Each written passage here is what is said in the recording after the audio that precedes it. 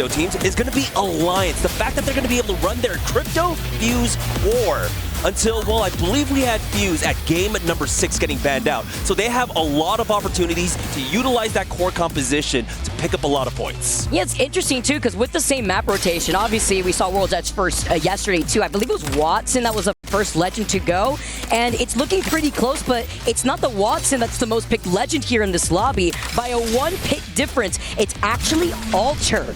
Yeah, and that was the kind of difference that we saw leading up to scrims, right? There was a slight differential between the two of them, and I can't quite remember who it was, but it was between the two of them getting swapped out who was going to be first banned. So no surprises here whatsoever, but the Watson is still extremely prevalent. We've seen how strong Watson can also be here on World's Edge, making a lot of unplayable places playable. But as we get a look at our first poll, it's going up towards Skyhook. Now, there's a chance that it's going to go to Countdown, but you have to expect it's a Skyhook zone, and I know we said it in the past a million times before. If it's Skyhook, you need to get into one of those buildings. Absolutely. I mean, and with the Watsons too, that's why you see so many cryptos, right? A lot of these players already expecting the Watson to come out for this first game on World's Edge. Crypto being a direct counter. Would it be shamed if all these fences just go to waste with one EMP to try to take some space here, with more teams now already making their rotate after getting the scan on the survey? Yeah, the nice thing is here for Alliance is that they do have the ring console. They're hitting it right now, and they're going to know that they need to start getting into position. RRX are flying in. We've got Shopify Rebellion making their way from survey camp as well. But Alliance are still working on the trials right now.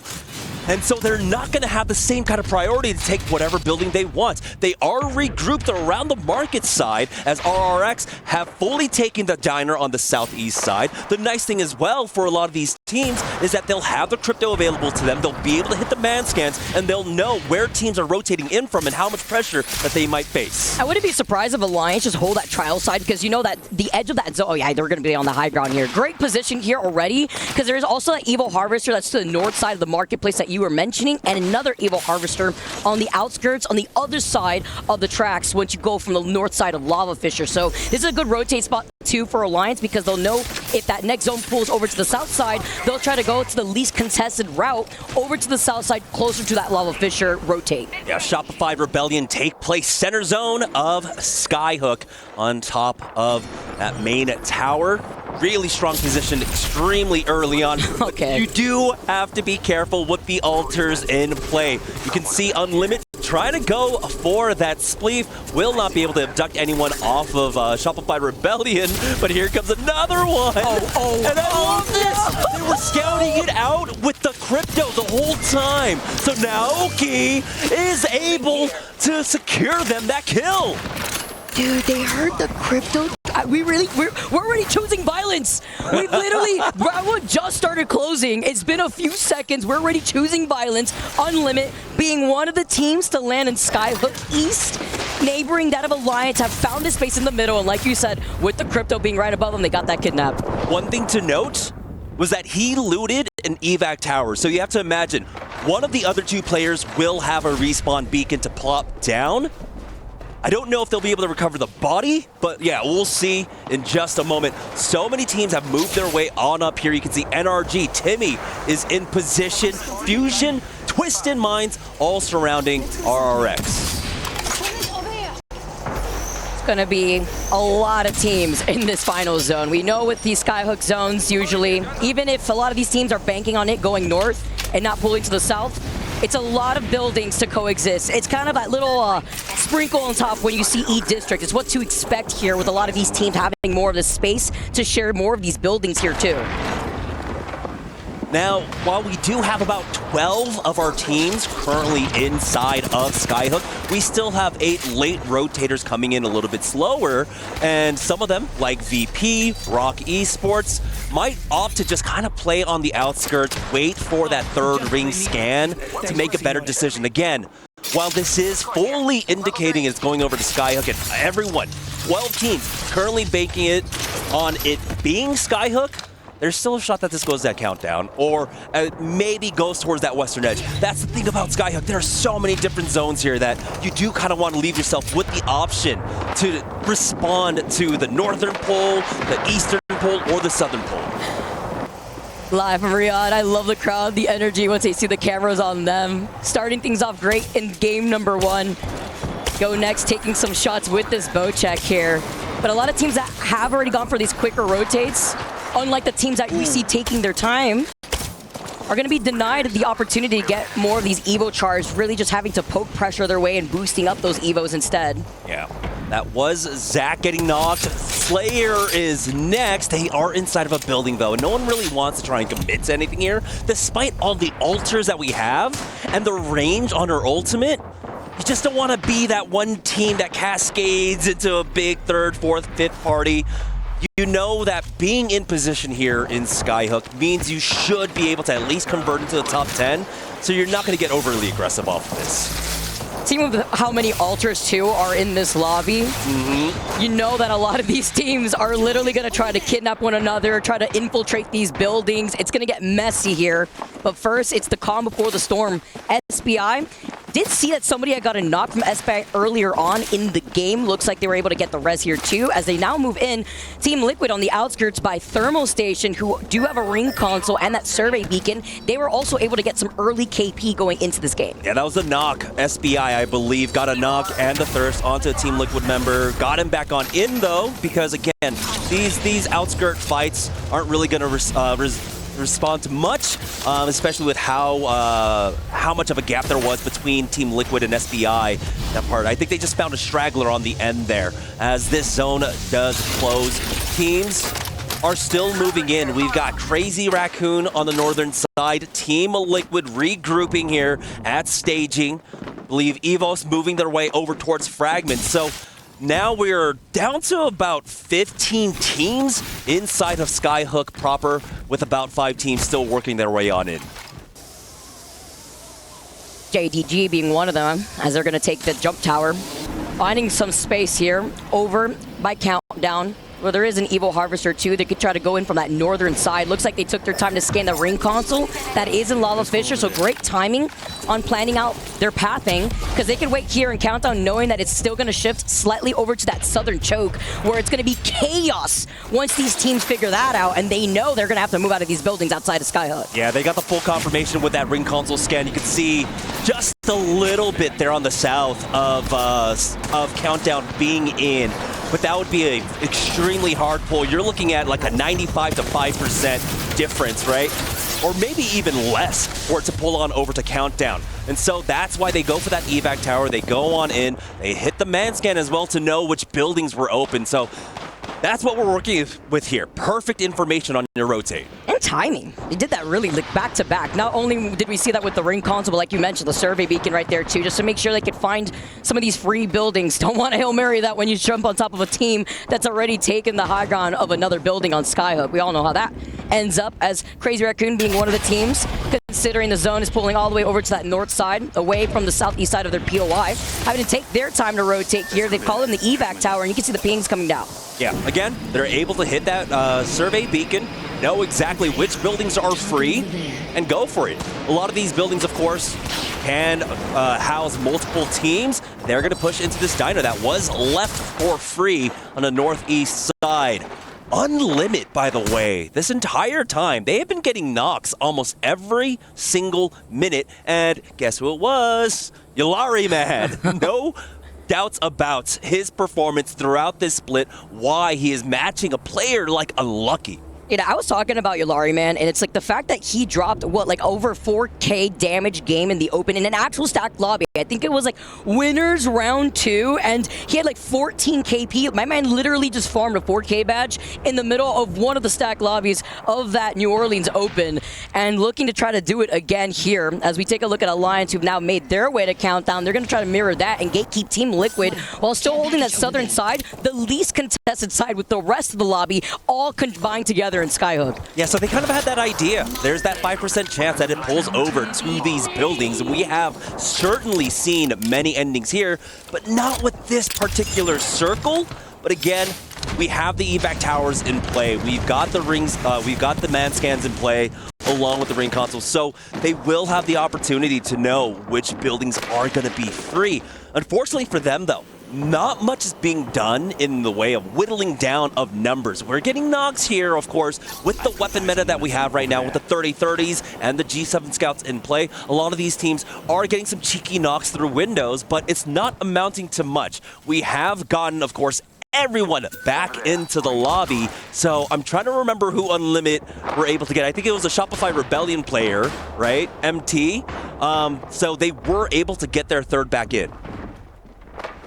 So I'll really get the care pack, by the way. And good call out from Alliance, who had made their way over to that south side when we saw that they were trying to gatekeep Team Liquid. The reason why they moved over to that north side of Countdown is that Hawkeyes is so good at making these calls because I've watched him in his own streams and how he approaches scrims. It's crazy. They're sitting on top of the Mythic bin, knowing that it was going to spawn on that north side of Countdown, denying that looting opportunity from Team Liquid that are now feeling pressure, forced to wrap around the edge of zone just so that way they could find some safety on where they're going to be moving on next. Because Jamerson, this zone is going to be shifting over to the mouth side of the Vault Tunnel Cave. Yeah, they have a lot of options here, right? As soon as this ring finishes closing, they can just try and take an evac tower to go towards that vault tunnel and rotate into the southeast side of Skyhook, or they can do the Alliance special where they're running and gunning through all these teams and whittle out all the teams on the western edge. But that one's going to be a little bit difficult. We'll see what Hawkeyes decides once they get that scan, the survey beacon scan, to get a better lay of the land.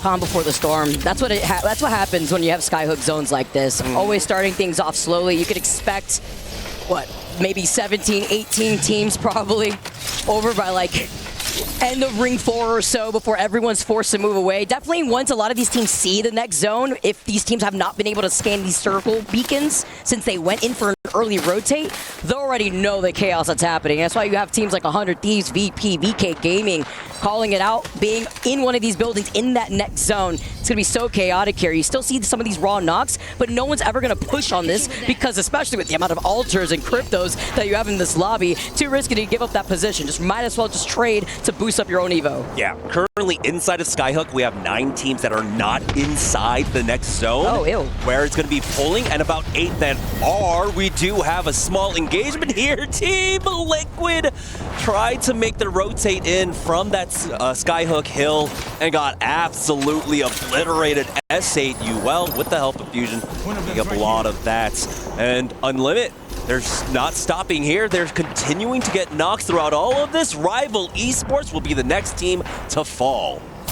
Man, that was a good example on the pressure, the aura that Alliance had mirroring Team Liquid on the middle of their rotate when they had obtained the Mythic bin. And instead of trying to take that fight and risking it, Team Liquid wanted to play safe, and they went for a very risky rotate, which put them in the position that we just saw right now, going right back to the lobby. Now, my big question here is, Alliance, they are opting to try and go for that vault tunnel instead. Is how far can altars Q get you through these walls, or are they just going to tank the damage and get through? Again, they had the crypto. They could reach the survey beacon, so they would know how free it is, and it does look like they're going to work their way on over there. Of course, we have the poking battles going on. NRG are starting to make their moves right now, and we get a little bit of a replay here. Fusion just getting those nades in. Team Liquid get blown up. And like they were in full cover too. Yeah, SA also had them in their line of sights. It was just not being safe. NRG do manage to take the middle console here too. After we just saw Unlimit there earlier on. Still more poking pressure from afar with these G7s, 30-30s. But NRG finding a great position currently right now down in the middle. Yeah, a lot of our teams now utilizing as much as they can to get on in. Unlucky ends up getting knocked there as they try to approach from that south side. They should be able to get back with that ult, or at least get the res. You can see RRX, VK, Twisted Minds. No one's really trying to chase after this one. So Alliance will be safe to play on the blue bins on the outside of this building, which puts them just outside of the next zone. Don't you love the free resets that Alter could provide, even with the changes out here. I mean, it's absolutely insane. As we can see, Legacy literally getting melted, the explosive arrow being the nail in the coffin, as Unlimit, we were talking about them earlier on being in that middle console, have moved all the way up. Love these nades too that we're already seeing in game number 1 as Sharky gets beamed from the high ground, forced to play by the fence line, and it's still not safe when the explosive arrow is charged up. Unlimit are doing an amazing job, and NRG will finish it to knock out S8UL. Ring closes in. We have about 3 teams stacked on top of this tower right now. It's going to be Unlimited, Shopify Rebellion, and of course NRG. But Shopify Rebellion are, of course, relegated to that low ground of this building with that initial pick that Unlimited were able to get with that altar. They already have 4 KP, by the way. Unlimited is just farming. They do have to move eventually. We know there's that 3-team pileup in that middle console. 4-team, honestly, SBI, NRG, Unlimited, and Shopify. Crypto EMP. XD taking a good amount of that damage, though, is going to be able to pop this bat just fine before trying to fly their way into this next building, trying to break down the walls here too, but then having to be careful. There's still a line of sight of the teams looking at them neighboring that building. Yeah, this is always the difficulty when you're trying to siege a building inside of Skyhook.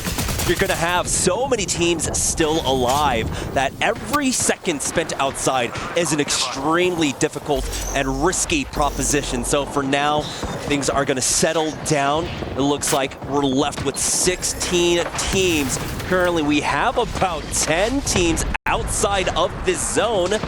But for teams like GoNext, Rock, Shopify Rebellion, their building is actually slightly in, and so they will be able to continue to play it. But Unlimited, NRG, SBI, Crazy Raccoon, Gaming Gladiators, and EVOS need to find a way in. It's going to be so hard when they're getting gate kept by 100 Thieves, too. They hear all the chaos happening next door with Shopify and GoNext. Rock could try to wrap around and maybe try to 3P this, but no matter what, the teams that are coming in from that east side of the zone are going to be kind of out in the open unless they can find that corner of safety inside these buildings. The Ash Portal, just a TP on the high ground, not contested here. They had the information with the Crypto Drone to let them know that this was free. Yeah, very great rotation coming out from Unlimited.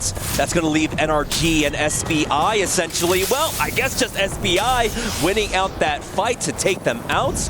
They'll be forced to hoof it, but they will have a decent amount of coverage to work with. You can see the fence line helping them out, but on the cross, never mind, a full team is outside. That's Crazy Raccoons to knock them out. Unlimited in some trouble here too. While they're playing off the high ground, they were trying to take that fight over on that second floor right below them. Getting another knock here. The EMPs are too much. Alarm Man taking too much pressure from afar out in the open. There's not really cover to play off of, and the Ultra Portals here too, just jumping up and down through these floors. Henchman trying to fully commit.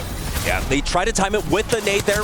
Won't be able to secure all the kills, but GoNext hold the line for the time being, and now they will chase after them. Backslon has to reload, and he is taken out. Crazy Raccoon gone as well. We're now down to 11 squads. Well, smart to play off of the Watson gen right there, just as some makeshift cover, but unfortunate timing on having to reload right there. Better yet, as Shopify are playing off that low ground, GoNext getting that KP, but they're getting beamed with a 30-30. A team looking at them from the rooftop. Could be either Alliance Fusion or Twisted Minds. VK Gaming also part of that pile up too. As you can see, Fusion in this other floor, they're looking at them from the open door. And look at this Watson fences too. Picasso painting right here. It's beautiful. As you can see, they're going to hold not only this building, but the pings too in forms of communication to make sure they have a gen ready to go. So for Fusion, they have to deal with Alliance, VK Gaming, Twisted Minds on this one. And the zone will force them out relatively early. Teams like VP and JD can wait out those teams in that building to drop down as the movement's being made. VK Gaming pushing out. Fusion trying to make his way on out. Alliance making their move to go for an out-of-bounds play for just a slight reprieve. Anything to waste some time here because they know it's going to be chaotic right at their feet as Twisted Minds. Alberlily, who got that care package earlier, having that red helmet. EMP just to start off this fight here for them. Enemy is going to put down that gen.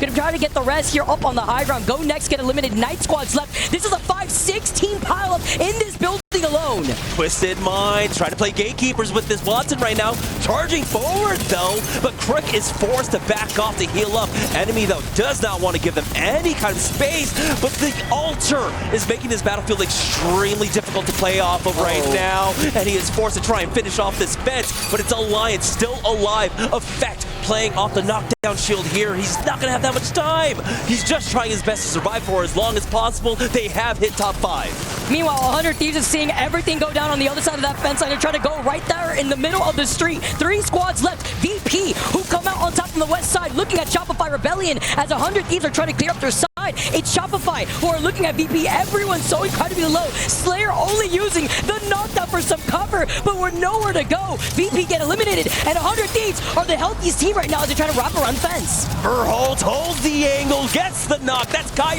Zainu, and Koifel down. 100 Thieves bide their time and control that eastern edge of Skyhook to get the victory. And Phony, he is here to play, Vicky. Real gamer hours for Phony coming straight out of surgery. This dude takes the first game. Are you kidding?